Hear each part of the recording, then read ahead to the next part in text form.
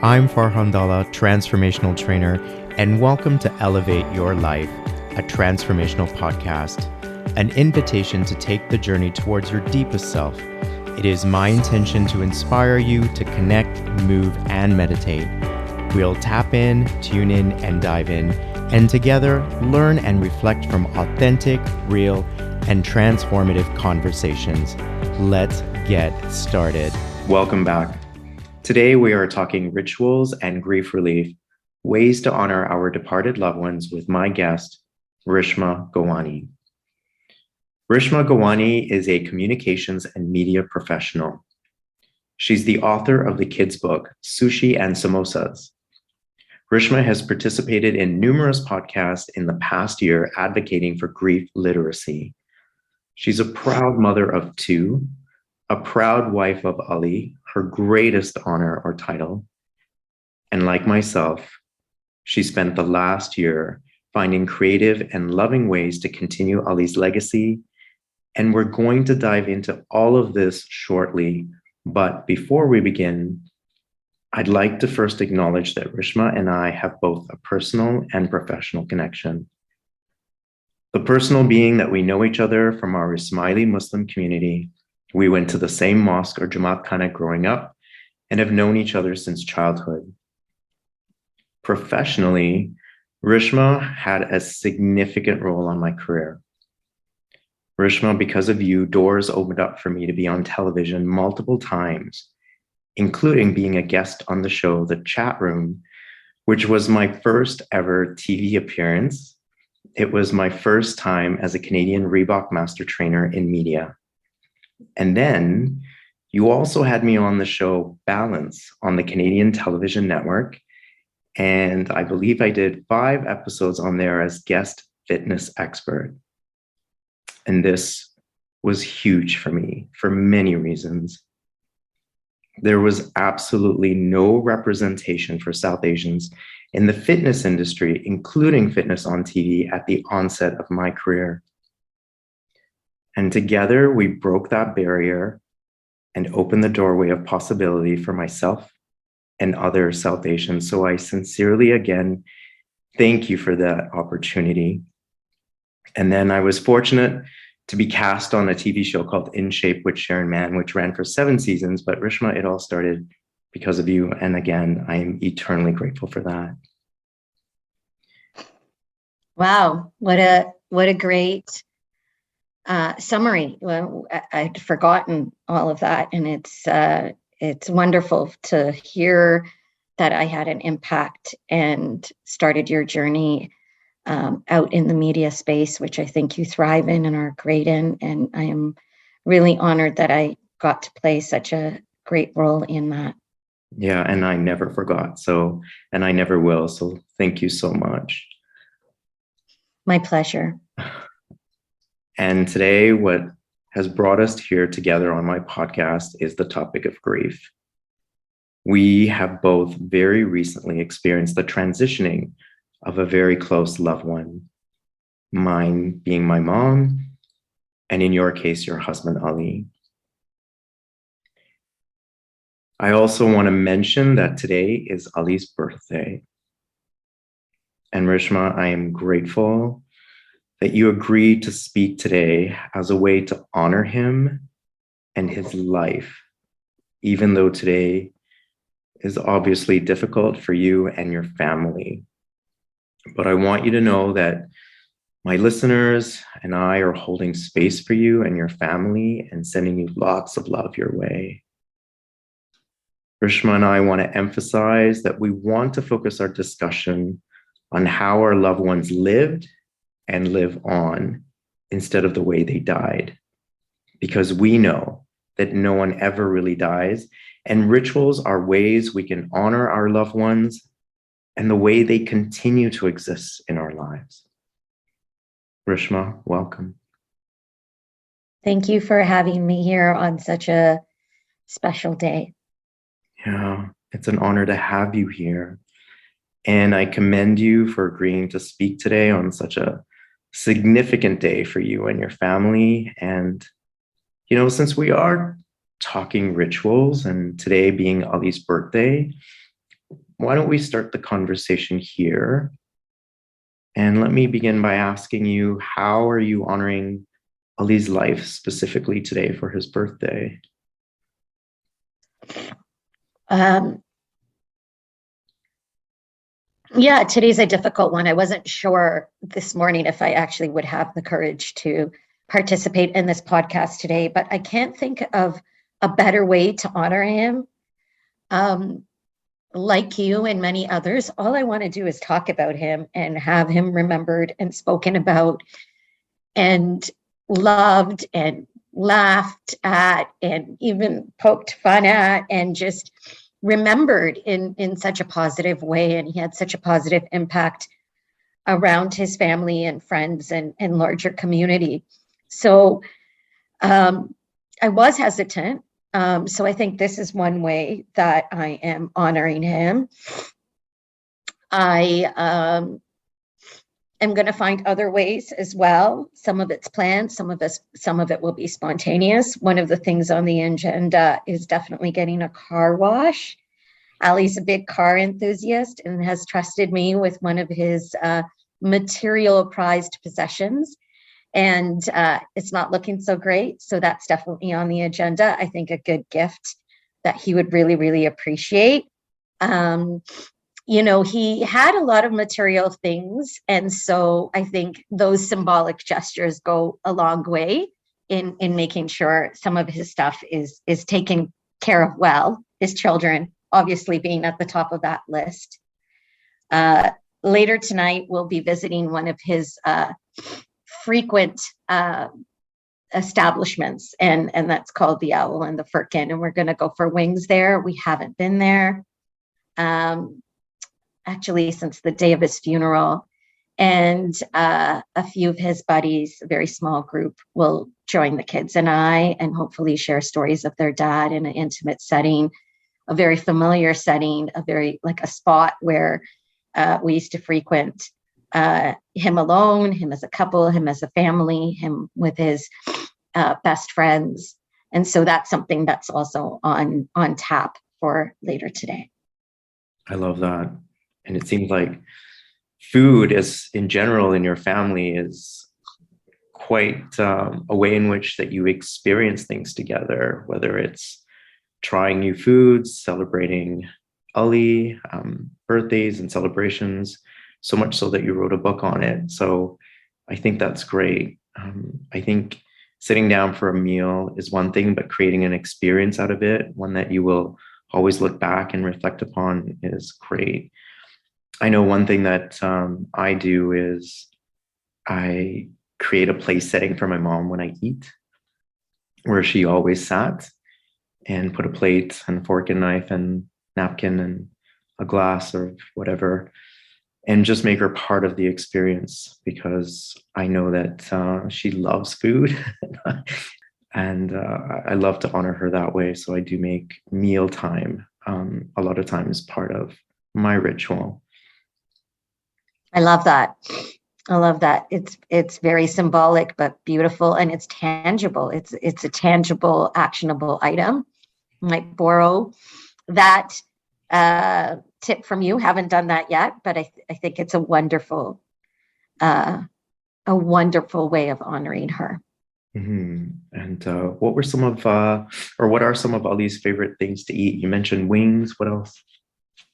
Oh my God, he's such a foodie. It's almost like we have to go the other way and mention the foods he didn't like, because I don't think that there's much out there. But coming from East African Indo background, those are some of his greatest foods.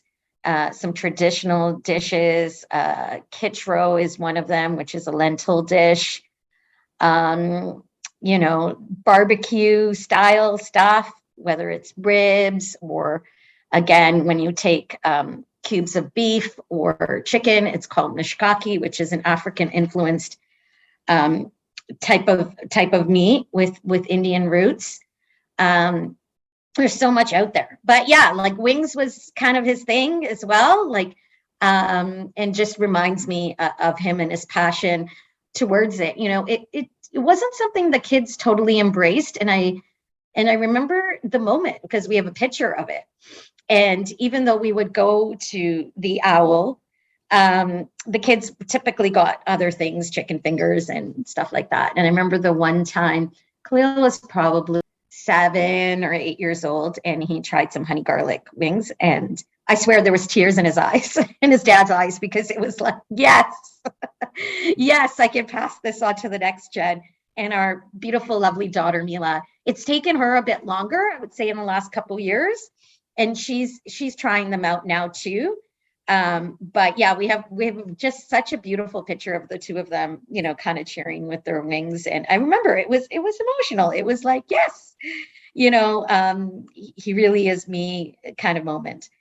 And so, yeah, pizza, you name it, like, you know, love sushi, love Greek, love Indian. There's not a lot he didn't like. It sounds like it's a legacy of love created from a legacy of food, which I love, which is now being passed on. In my mom's case, her favorite is okra curry. So I'll make that when I'm really missing her, or if it's her birthday, or a special holiday, because that's something that she really enjoyed. And it's something that I can actually cook, because it's one thing to honor them with the foods they love. It's another to be able to cook it. But I do want to say, like, when I am cooking now and I'm in the kitchen, I make her part of that experience for me, because she is such a great cook that I can communicate with her that way when I am cooking. And, you know, I'll hear her guide me, like, okay, add a little bit more water, or, you know, just a bit more salt, or turn the temperature down, or you're going to burn it. Like, it literally feels like she's part of the whole culinary experience when we're cooking. And it's a way in which that we connect and communicate. And so I feel like she's supporting me in the kitchen in many ways.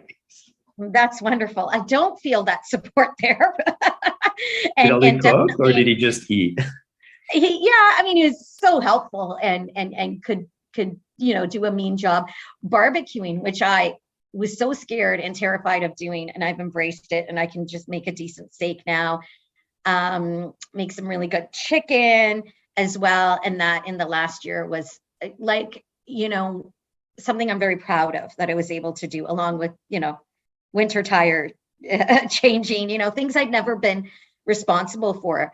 So that I can hear him. I can hear him about cooking meat longer. He was always very paranoid about pink chicken, intended to overcook things. So he's in my head there. He's definitely in my head when I'm driving. That's where he visits me the most, all the time. In fact, he was a very reliable driver. I don't think he ever got a ticket, ever was in an accident. Very, very responsible on the road. I, on the other hand, do not have the same good fortune as him, or the tangible skills. And so he visits me there. But back to the food. Yeah, there are a few recipes that I actually want to get from his family, my mother too.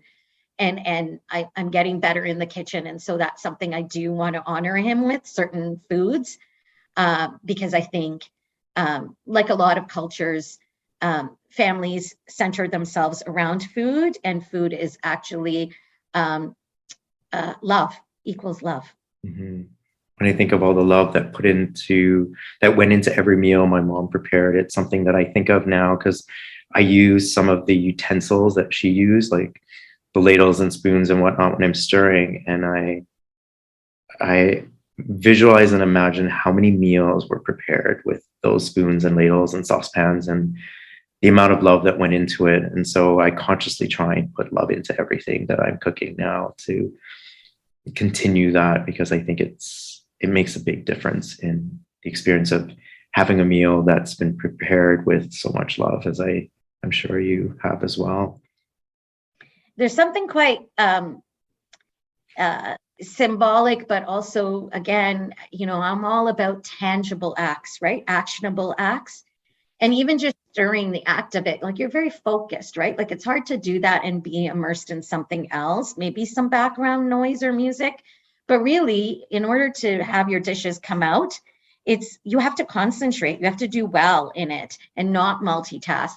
And so I think there's just something quite beautiful The listeners who are listening to this podcast can use that imagery of stirring a pot. Like, it's almost like meditational or so intentional that you could remember your loved one that way. It's very, very beautiful. I love that. And so what other rituals have you created around special occasions like holidays? We have lots of holidays. Did you carry on some traditions, create some new ones? What are some rituals you've created around honoring Ali and his life during those times? I think there's been quite a lot, and it's I like to call them acts of love. And so I'll mention a few of them, and actually all of them, if we get to it.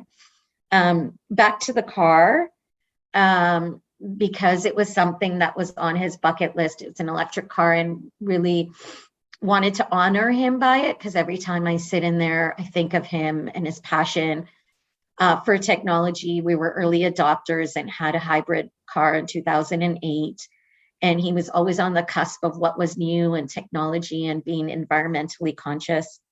I'm not sure if he would have done it in the living, but I did get a personalized license plate for him, because I just thought it was a good way to honor him, and for people to be driving by, strangers and maybe people who know us, to also think of him. It's a play on words. It's called For Ali, but the spelling is FORE, which is a term in golf. And he was a huge golfer. So it's For Ali. It could also mean the four of us. There's four of us in the family. It could mean the generic FOR. So there's a lot of different meanings and interpretations. And I like that. I like that it's a conversation starter for people in the car to argue about what it says. We've had neighbors who think it's For really. So, I mean, it's what you see, but it's not so obvious. And I hope not so cheesy. And so that was one way that I was able to honor him. At his funeral, got some masks done during COVID. Obviously, we're required to wear them, and they're personalized with his name, with a little heart. And they're actually the comfiest masks ever. And everyone wore the same one. I gave out one of his ties. He was also a very big into tie collector. So each male had a different tie of his to wear and then keep. And there's still a lot. He was very passionate about that. And when we, a year ago, rewind back when we did a celebration of life for him, we put together a tribute video. Our daughter, actually, at the savvy age of 10, was able to pull that together with a lot of images and video. There's some audio of him as well. And so that was another legacy piece that we were able to pull together. And it's sort of eternal. Like, you can always refer back to it. It was very therapeutic putting that together. It's harder now to watch it. At the time, it was more of a project. So we kind of became immersed in the sequencing and making sure that, people were equally represented, and the photos and the videos matched to the music. So doing it was, we were really immersed in it. And now watching it not so regularly, I still absolutely adore it. I think it's perfect, and we'll treasure it forever. Something for our kids to also refer to. It's up on YouTube as a private link.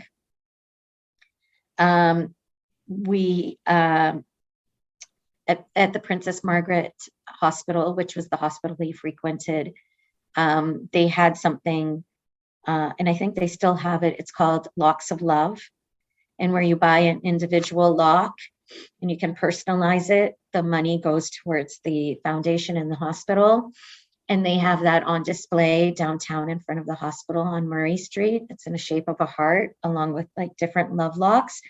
So think of it as something that you would see at the Distillery District or in places like Paris. So that's also locked in with his name. We recently went to visit it, couldn't find it at first, was a little nervous. It was like, where is he? Where is he? and was able to find him, and that was a triumphant moment. And speaking of the Princess Margaret Hospital, we recently participated in their spring lottery campaign. So Ali's story is profiled on video and in print in all of those brochures that end up in people's houses, I think across Canada, to participate in the lottery. His story is profiled. And so hopefully people are motivated by hearing about his story and our story to give a little, give a lot, whatever they can. So that's another concrete example of something that I did in his honor, continuing his legacy, continuing to tell his story and remembering him in all his glory and light and what his journey was about and what he represented and how he wants to be remembered, which was a celebration of a full life. That's what he wanted. That's what he did. And that's what he achieved. Albeit it was shorter, it was a full and rich life.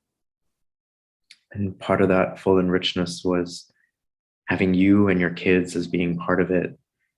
And I love the different ways that you as a family have honored and continued his legacy, whether it's through contributions to the foundations, sharing your story, all the podcasts that you've done, cleaning and washing his car, getting together with friends on celebratory days like his birthday, like today. But what about day to day? What does your day look like in a way in which incorporates him as part of your lives? Every morning, I light a candle. That is an everyday ritual. Somewhere around mid-morning, I blow it out. And then again, it's lit in the evening time. That wasn't a daily occurrence. It was sort of once in a while. That has become habitual. In terms of daily rituals and remembrance, I think, he's thought of and prayed for and remembered every day, not just by us, but by the larger circle of family and friends that we are lucky to be blessed with. There's been a lot of special occasion stuff. And I think because the frequency of that, like just the number of podcasts alone that have been centered around him and grief have been so frequent, and posting about his life and finding different fellow grievers in the social media world, using social media for good and remembrance. That's been a daily ritual as well, finding different quotes, finding different fellowship in grief. I think that's another daily remembrance. I think for the first, I would say 6-7 months, I was really committed to going to his grave every single day. That's slowed down. I haven't visited today, but hopefully I will with the kids. And I used to take a daily rose and just feel like I was continuing to take care of him and his area and his neighbors and protect it. And as a caregiver, that was something I did. So it was hard to just drop doing that. But I think back to your question about the daily, I think the daily is mostly engrossed in making sure that his children are taken care of and his children's needs are taken care of. So that is a priority item, that the house is maintained. That is a priority item for him. He was a neat freak, also made sure that things were done on time. The recycling was taken out, the humidifiers and the different maintenance things that were done, they were always done on time. We never slipped. So those are all sort of, in a weird way, acts of remembrance, but daily things that I do to impress him and also honor him and know that he's entrusted me with those jobs. So I take them very, very seriously, and I'm not going to slack on them because I have to represent him. And that's where he plays a big part of my daily life. And just by taking on his roles as well, even though you're doing them, it sounds like you're doing them in his memory, which is great. We I had Mhm. he used to be funny because he was so on top of things and such a responsible adult. And he was the first one to have the recycling in the green bin out the night before. And so I'm the first one to have it out. It's night before. It's really not necessary, but it's something that I do because it's something he would have done, and I want to do it as well as he did. And it sounds like you're doing a great job. I I lit an incense stick for our loved ones before we started, and so my space right now is filled with that scent, and that's something Mom and I did at prayer time every evening, and so I continue to do that as well. And for me, when I start my day, my mom and I have a very close relationship, and hugging and kissing was part of our daily rituals, and I miss that tremendously. So I start my day by kissing her picture, and I can very distinctly remember what her cheek tasted like to me, the softness of her skin, because she had the most incredibly soft skin. And when she kissed you, it was just the most tender feeling, and you could just melt. And I miss that. So, though it's not the same, I do have, at least in my cellular memory and DNA, that experience, but I stay in the practice of that. So I start my day with that. And at the end of my day, I kiss her bedroom door goodnight. We always kissed each other goodnight, and I always got 3 kisses. And so I pass her bedroom door as I enter mine, and I stop and I just kiss the door as a way of saying goodnight. I also honor her through food in other ways. Her favorite coffee is French vanilla at Tim Hortons. And although I personally find it sweet, I do on special occasion will grab a French vanilla, but I will half the sweetness with mixing it with coffee, so I don't get like a huge sugar rush. But man, she has like this sweet tooth that she just loves. So I at least honor her with coffee. I also honor her with, like I said, setting a place setting during meal times, especially during celebrations. And when I have friends over, when we get together at the table, or with family, I set a place setting for her, so she's still part of our meal. And every night, my mom used to take out a tasbih or prayer for all our departed loved ones. And so that's a tradition that I started while she was still in physical form, and have continued now every night at bedtime, and of course, including her in it. And so that's my nightly ritual. Mom and I used to watch TV together all the time, and we used to love watching HGTV or some reality shows that involved fashion and a couple of like sitcoms and whatnot. And we always shared a blanket when we sat on the couch. So I would cover her legs and mine, and we would sit close together, often holding hands. And so I miss that physical contact and that touch. But oftentimes, what I'll do is I'll still cover myself with just half the blanket and imagine her sitting next to me while I'm still watching TV, and imagine I'm covering her legs with the other half of the blanket. And so I miss those times, I miss those moments. But I know that our relationship continues. As I said, love never dies. And what's interesting is that I believe that a bond of love can continue to grow. And so I I love her more now than I ever have. And that bond has continued to be nurtured through the rituals that, I've created, and making her part of my life. And so I've noticed that feeling and that depth, though I didn't even know it was possible, but to love her more now than I ever have in my entire life. And, the rituals that Rishma and I are talking about are unique for us and our families and with our loved ones, but there's no right or wrong way, right, Rishma, to create a ritual. It's whatever is significant for you that makes you feel good about your relationship. It's a way in which you can continue, as I said, to nurture the bond that you have with them. A bond of love can never be severed. It can never die. It can only grow. And there's very little that actually separates us, between us and our loved ones on the other side. Very little. And so there's no reason why, when a person transitions, that relationship ends, but it can actually continue. It's just different. So beautiful. So beautiful. So many points I wanted to jump off on. And I agree completely with you. And it's just so beautiful.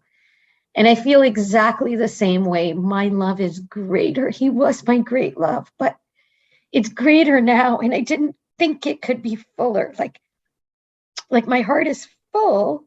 It's breaking. It's full at the same time, but it continues to like blossom. It's amazing. It's amazing that you brought up Tim Hortons, because I too shared a medium steep tea with 1 sugar and 2 creams with him. And there was something, we shared it. And sometimes we would double cup. They're not doing that anymore. And sometimes we would drink from the same cup. And that was our standard drink. So economically, it made some more sense to get a large and split it. So that's what we did. And we shared. And I still get that drink. Not as often, but I do. And again, his love of sweets, like you described with your mom, there's tons of that. Went to the keg with his family on the weekend, and his brother brought a cake. There'll be another cake on this weekend with my family.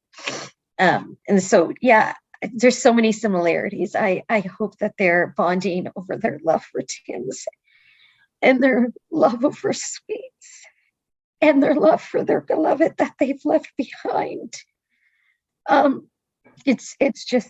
It's super beautiful. And even the TV, like he was my TV buddy. In fact, he had such great taste. And sometimes there's so many shows that he exposed me to that I wasn't willing or thought that's not my genre. We did have some shows that we didn't share, but a lot of them we did. And it was blanket time. And that's when I miss him the most. In the evenings, I feel very, very vulnerable and lonely.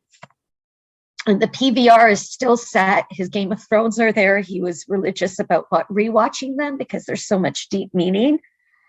And his Curb Your Enthusiasm just started again. And so PVR picked it up. I don't have the heart to delete them.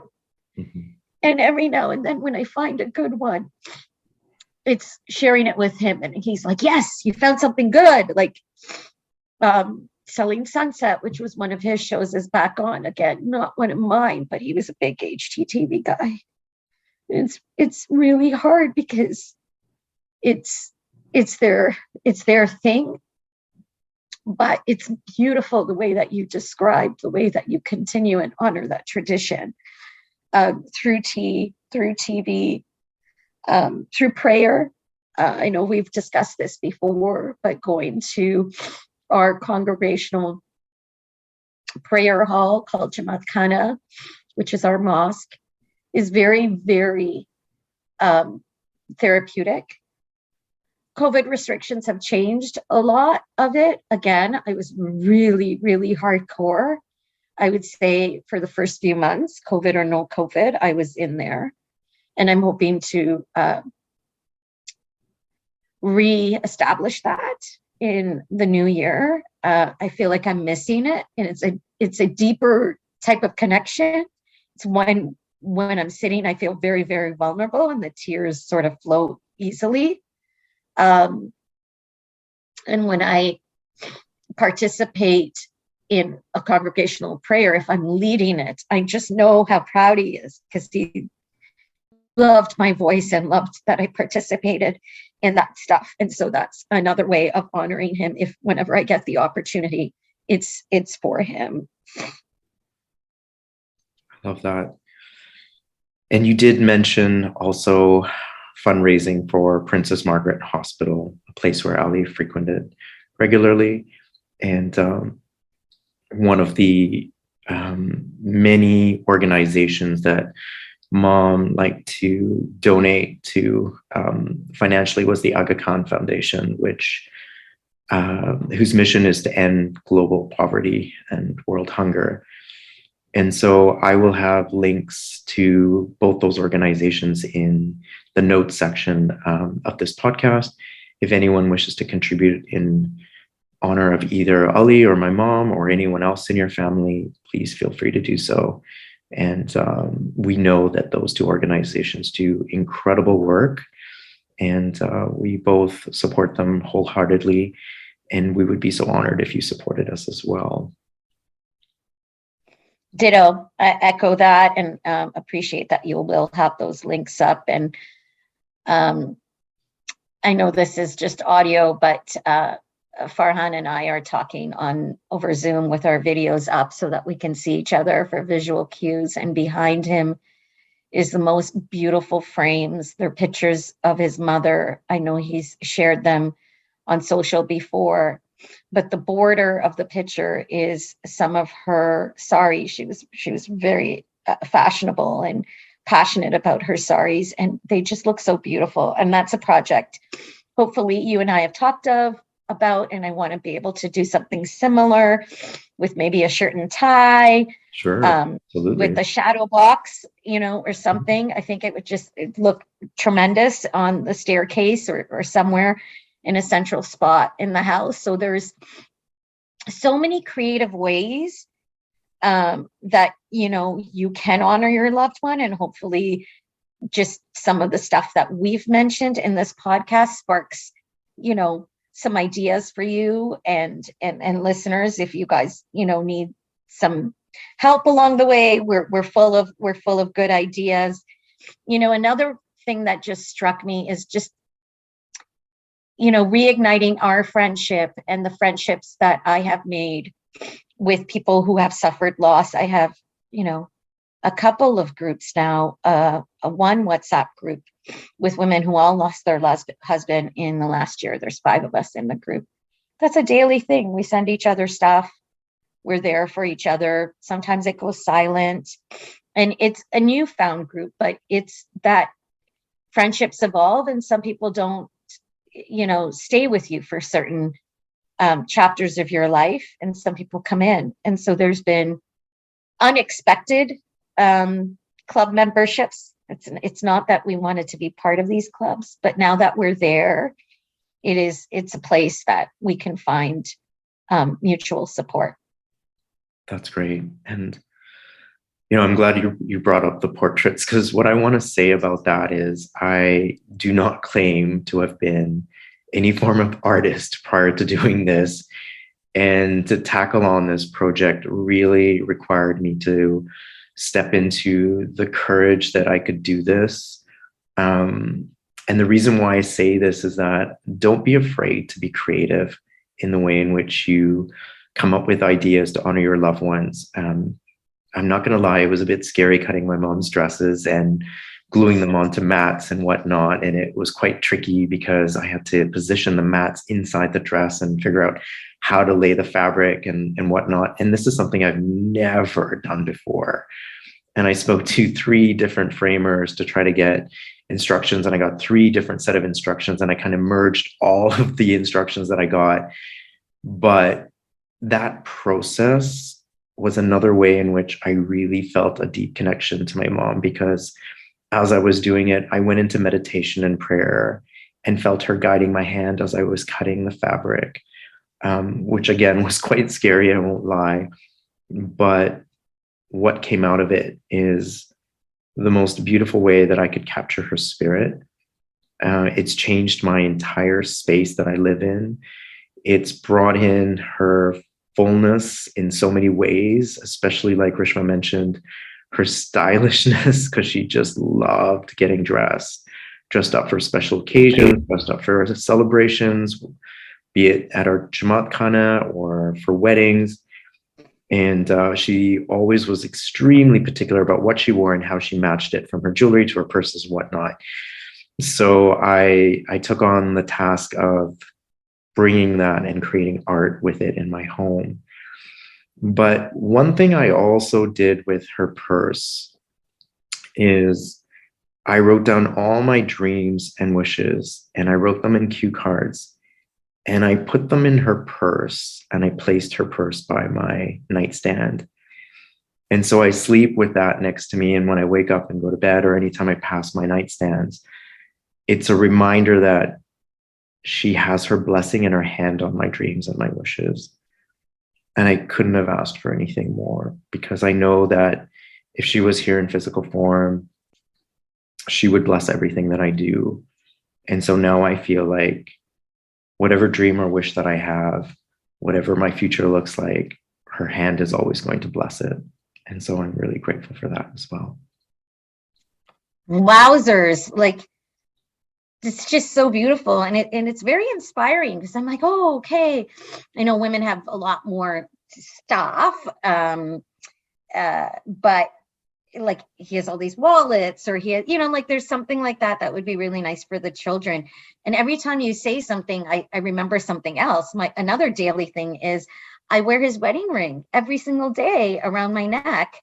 It's not my wedding ring, but it's something that we had purchased before his passing, and it's a ring. You could wear it as in a ring or over as a necklace, and it's always in my heart. And then it's coupled with his wedding ring. I also wear prayer beads. I got some personalized with his initial, and a prayer bead specifically that he was wearing for the last several years. So there's so many things. I mean, you use really your creative juices, and it sounds like it was quite the project. But even picking up like an initialed mug from Indigo, like, you can outsource these things. You can buy that. I took tea lights, cheap little tea lights that I got dollar store, Amazon kind of, and I just took a Sharpie, and I knew that the investment was so little that if I screwed it up, it wouldn't be a big deal. And when I just started like doodling, and one of them would have his initials, another one would say a heart, and I gave them out to different people, and I also have a bunch. And so those are battery operated tea lights, and, cheap and cheerful. There's, more extensive projects like you've done, but I just think there's so many different things that you can do. Again, with Ali being an avid golfer, took golf balls, again, took a Sharpie and put his initial at his grave. His nameplate is surrounded with golf balls, like all around it. It was just something to honor him. And that's, sort of like the flowers kind of die and weather resistant are not weather resistant, but the golf balls are all year round, and kind of just dug them into the ground. So the border of his plate has the golf balls. So there's so many little things and big things that I think we've been doing. I know others do it, and hopefully, our listeners will do it.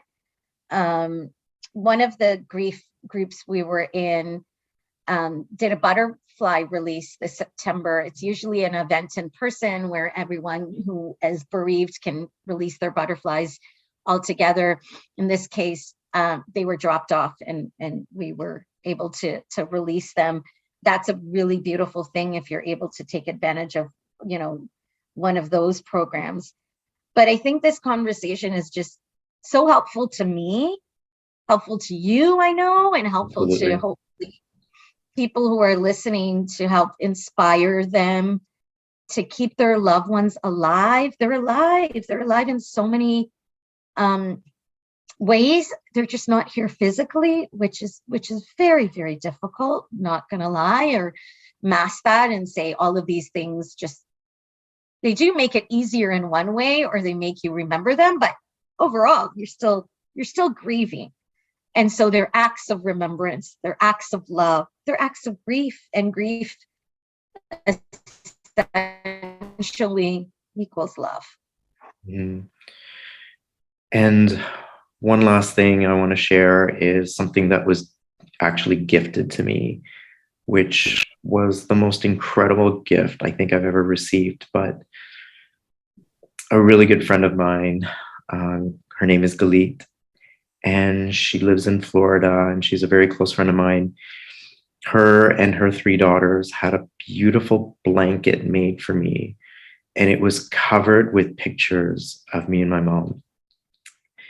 and all these pictures from, the two of us together in every picture. And it just covers the entire blanket. And in the middle, it says, "I'm everything I am because you loved me," which is the song that I used for a video actually that I made as well for my mom during our celebration of life and for Mother's Day, which was about her life. And that song is pretty significant for me because of those times and moments.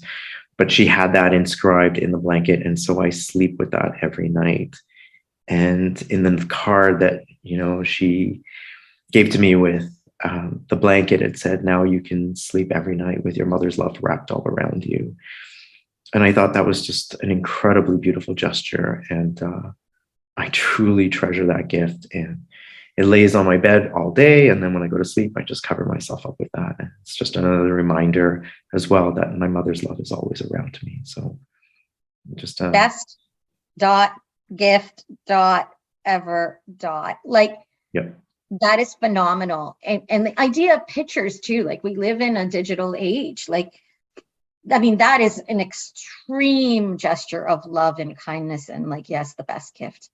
But going back to small, like, I mean, I haven't totally done this too, is like, print your pictures, go to Shoppers, go to Staples, print your pictures, put them up in frames that already, exist, have them handy, put them up on your fridge, do something like that for Create someone a tribute wall, or yeah, like, just the idea of physical pictures makes them physically maybe more present, because we're not just, attached to a screen. Something that I posted very recently got a very poignant response by, someone who writes very beautifully, that I think applies very much equally to you and I. And this is a university friend, Patricia. And what she was responding to was a reel I made, and it was just with the song and of the story that's been shared on the Princess Margaret site. And she says, "Oh, Rishma, I'm a puddle. The way you honor Ali is a gift to all of us, celebrating his joy and his passion for life. And through it all, the deep ache of missing his physical presence, which radiates larger than life itself," which in turn made me a puddle. And I said, all I can do is honor him and keep him alive through his legacy and contribution of providing so much goodness to the world. And that you are doing beautifully, my friend, in every way. And this conversation has truly highlighted all of that. And I know that both Ali and my mom are super proud of us and continue to love us and are deeply appreciative of every act of love that we have made for them. As we wrap up, I also want to quickly mention that your book, Sushi and Samosa, is available on Amazon, and I will put the link for that in the notes section as well. Please check out this book. It's beautifully written by a beautiful person, and I know that the message there will transform your eating experience with your family. Rishma, I want to thank you for your openness and vulnerability in sharing your grief journey with us today. I want to thank you for being my guest, my friend, and I am sincerely grateful for how our paths have crossed, and especially now, in a way in which that we could be there for each other to support one another in one of the most challenging times of our lives. I am eternally grateful for every text, every message, every Facebook message, every thought, every act of love that you have directed towards myself and my mom. And on behalf of both of us, we thank you greatly.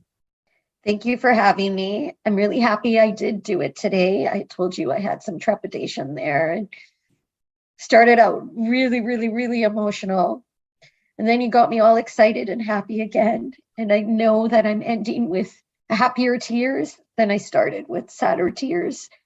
So I thank you for being part of my journey and our newfound relationship. People come and go in your lives. This is a chapter that we are sharing, and I'm very, very grateful, and continue to keep you and your mother close in my thoughts and prayers. Thank you. Thank you. I'm Farhan Dhalla. Thank you for taking the time to listen to today's episode of Elevate Your Life, a transformational podcast. I hope today's conversation has elevated you in some way and inspired you to connect, move, and meditate. I'd really appreciate your support by following and rating this podcast. Come back soon and join me for another transformative conversation.